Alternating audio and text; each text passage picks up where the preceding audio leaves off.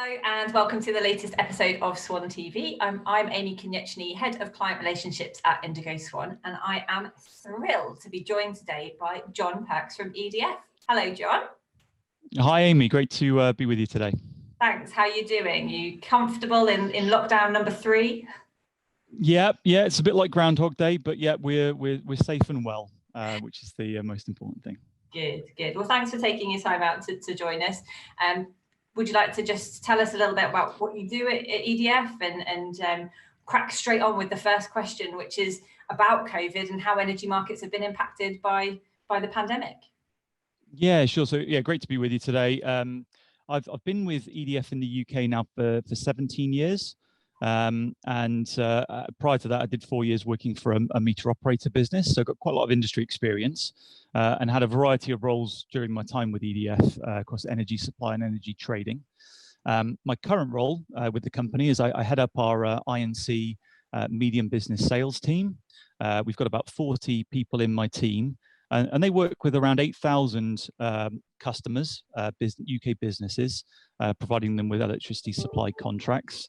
That's about 55,000 sites across the UK that we supply, and the annual turnover on the energy spend is just over £1 billion. So we've got a lot of customers to look after. Obviously, COVID over the last 12 months has been had a particularly big impact on the UK energy markets, and it's impacted them in a couple of different ways. What we saw at the end of March going into April was a big fall in UK demand as a result of the lockdown and many businesses having to close. And although a lot of individuals started to work from home, the rise in demand from residential customers didn't offset that big decline in UK demand. In particular, some of the sectors like manufacturing, construction, when those were closed in the initial lockdown, they had a big impact on UK demand. When demand falls in the commodity markets, what then also happens is that the price of the commodity will generally fall in the near term. So energy suppliers were facing a situation where they were having to sell back into the market the energy that their customers weren't now using in a market that was falling. So it was quite a big impact on energy suppliers and on the energy markets over that initial lockdown period, and that remained across a lot of the summer as the lockdown restrictions were lifted and businesses started to go back and return to operation. We did see UK demand start to increase again, and actually these further lockdowns we've now experienced, the lockdown we had in November and this latest lockdown, because the government is keeping a number of sectors still open, construction and manufacturing, we're not seeing the same levels of impact that we saw in April last year. So it's been a very kind of volatile period for the UK energy markets. Also non-energy costs as well. So not just the price of the power, but the price of maintaining the grid. In a falling demand situation, those costs still have to be paid. They have to be paid over a smaller demand base though. So we've seen those prices for non-energy costs, they've gone up as well on a number of the non-energy cost schemes. So been an interesting time in the energy markets. Yeah, definitely. I think that non-energy cost observation is something that's really key, because a lot of businesses just don't know what proportion of their spend is pretty much outside of the supplier's control. I know the suppliers don't really control the commodity element, but the non-commodities go into distribution, transmission, and government levies. That is difficult. We've seen those costs rise year on year, and obviously the effects of COVID are likely to see those elements of the bill rise in future years as well. What do you think businesses can do to protect themselves from these rising costs? Are there any things that businesses should be doing, should be looking out for to protect themselves? Yeah, as you say, we've seen these energy costs go up year on year, and the reason for that is it's becoming more difficult to kind of balance the network as we're seeing a change in UK generation mix. And we're also seeing a number of renewable support schemes coming in, so providing financial investment for low carbon generation to come onto the grid. So we know that these non-energy cost schemes are coming in, and if we knew what the price of the commodity was going to be doing, I would be doing a very different job, or probably wouldn't be working. So yeah, really tough to predict what commodities is doing. So I can't really say how do you prevent rising costs. I think what I can say though is how do you avoid unexpected costs, and I think that's the important thing to focus in on for businesses right now. Price certainty is really important. Knowing that if you're buying a fixed price energy contract, knowing that price is fixed is really important for businesses right now, so they can budget effectively.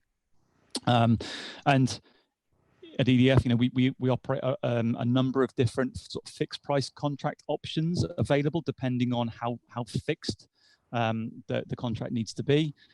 We've got our premium fixed option where we protect businesses from any unforeseen changes to our forecasts.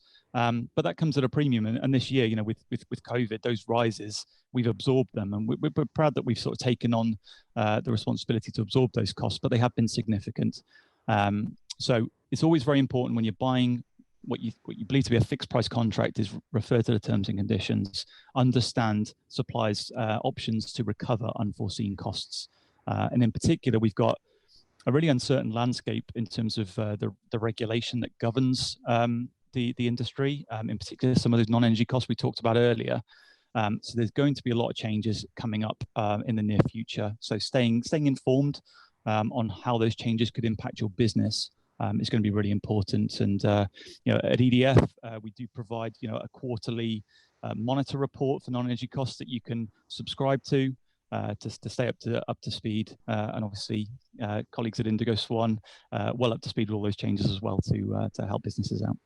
Yeah, I think that's a really good point to make there about all suppliers provide various industry updates, don't they? Some suppliers are much more regular, much more routine. Some suppliers, EDF in particular, the information you provide is very accessible, so it makes sense to businesses. You don't have to be an expert to understand what's going on. But I do think businesses have to ask more questions of their consultant, ask more questions of their supplier, and make sure that the partnerships that they're entering into to make sure they've got the best contract options going forward, and make sure they're asking the questions to know, like you said, prevent those unexpected increases from coming in.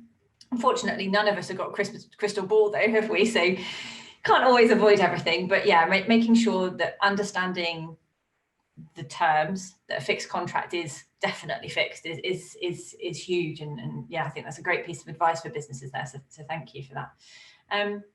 You've mentioned about some changes that have come in, and the fact that we've got these non-commodity costs and changes to the system in general. But in your 17 years at EDF and your 20 plus years in the industry, what would you say has been the greatest or the most impactful change that the industry has seen? It's something we don't get a lot of positive press as a sector, as a part of the UK business environment. But what would you say has been the best thing, the greatest impact on the energy industry? I think there's been so much change over that period. It's tough to just pick one thing. But I think what's quite remarkable, especially when you look back over maybe the last 10 years, is just how the UK generation mix has evolved so significantly. We go back to the beginning of 2010, and over 75% of UK generation was coming from fossil fuels. Yes. Wind and solar was a really small fraction of the overall UK generation mix.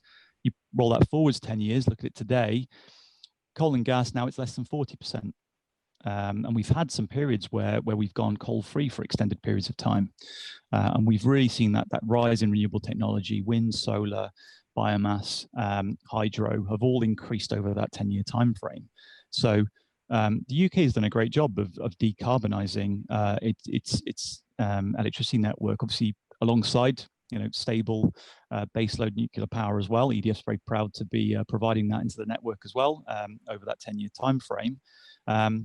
But it's Yeah, it's been interesting, and that's created its own set of challenges. I mean, it's great to be decarbonising our grid, and there's more for us to do there.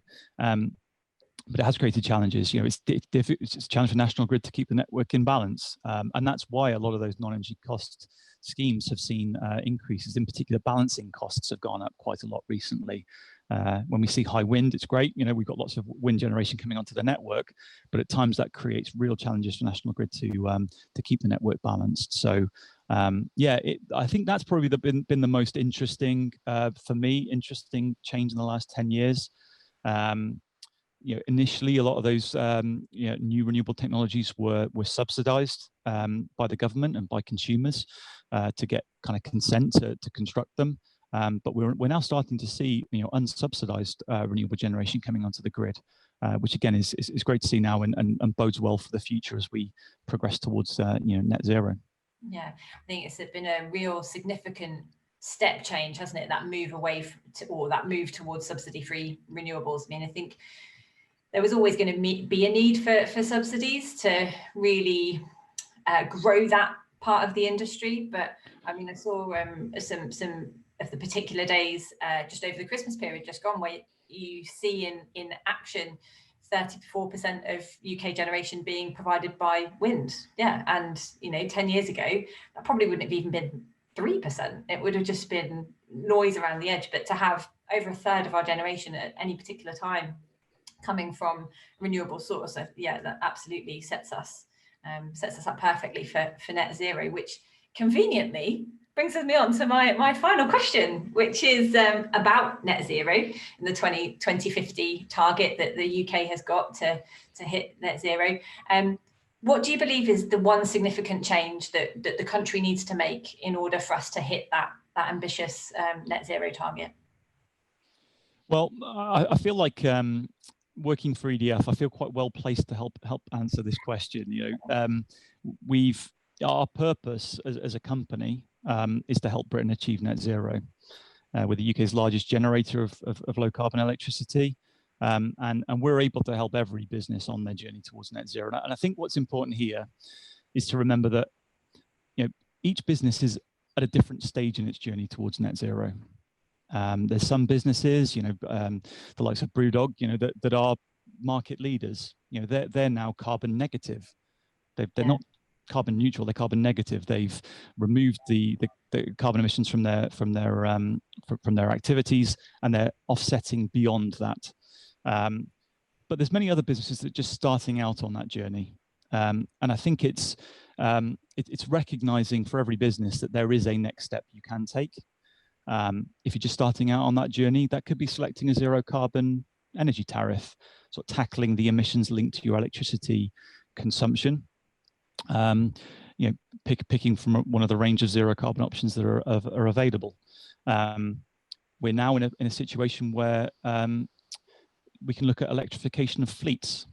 So the growth of EVs over the last 12 months has been phenomenal, and now there is a viable option to move to electric vehicles. And again, here at EDF, we're able to support with electrification of fleets and roll out charge point infrastructure as well. And then there's those businesses that will want to go even further. And that's when you're starting to look at generating your own renewable generation, like low carbon generation on site, looking at further energy efficiency programs that can be run. So I think it's important to recognize there's always more that you can do. But there's definitely a next step that every business can take right now. Yeah, I think it's going to be, you've said that the last 10 years has been a real step change. I think the next 10 years, next 20 years are going to be so exciting for the industry. I think, I really hope that the public's perception of our industry improves. I think the electrification, greenness of our generation mix, just gets better and better. And I think there's a real positive message to come from moving to net zero. So thank you so much, Jon, for providing real insight into the day-to-day operation of the industry, about EDF and what we can do going forward as a country and really push that positive message. So thank you. One of the more fun bits about Swan TV, or getting personal insight into you and what makes you tick, is James, as part of his episodes, has asked people to bring an object. What object has got them through lockdown? And I am fascinated to see what object, Jon, has got you through COVID, lockdown, 2020 as a whole. What is it that's really kept you going? So I've brought a mug. It's a mug. Wow. It's got my name. It's got my name on it, and it's got a little logo on there that I'll explain in a moment. It says Le Tournoi 2020. So my team, they're all based predominantly down in our Exeter office. Normally, they're obviously all now working from home, and I live over 100 miles away from them in Gloucestershire, and I've not seen them face to face for 9 months now since we went into lockdown, and as a team, and I'm sure I know the team at Indigo Swan, love that kind of office environment and the buzz that you get from it, and we've really missed that. And what we tried to do, though, in a remote environment is still have the same sort of fun that we used to have in the office. So Le Tournoi was our end of year sales competition that we ran amongst the team, and we got some great engagement from across EDF. We got our Chief Executive Officer Simone Rossi also kind of participated and got involved in the fun. So it's great to see. So that's a nice reminder of my team, that they're a long way away at the moment from me, but we can still stay connected in these very challenging times. Yeah. Oh, that's wonderful to hear, Jon. Really, really positive. I think, yeah, one thing that I know we love as Indigo Swan is whenever we speak to anybody at EDF and several other suppliers as well, is that positivity, that camaraderie, that we're all in this together kind of feeling. And culture is hugely important to us, and I know it is for you and your team in particular, that business sales team. So thank you, Jon, for sharing that. It's been lovely. Thanks again for answering the questions, taking the time out of your day to be part of Swan TV. Hope you've enjoyed it, and I hope everybody that's watched it has enjoyed picking your brains and understanding a bit more about the industry. So thank you, Jon, and speak to you soon. Thanks, Amy. Yeah, cheers. Thank you.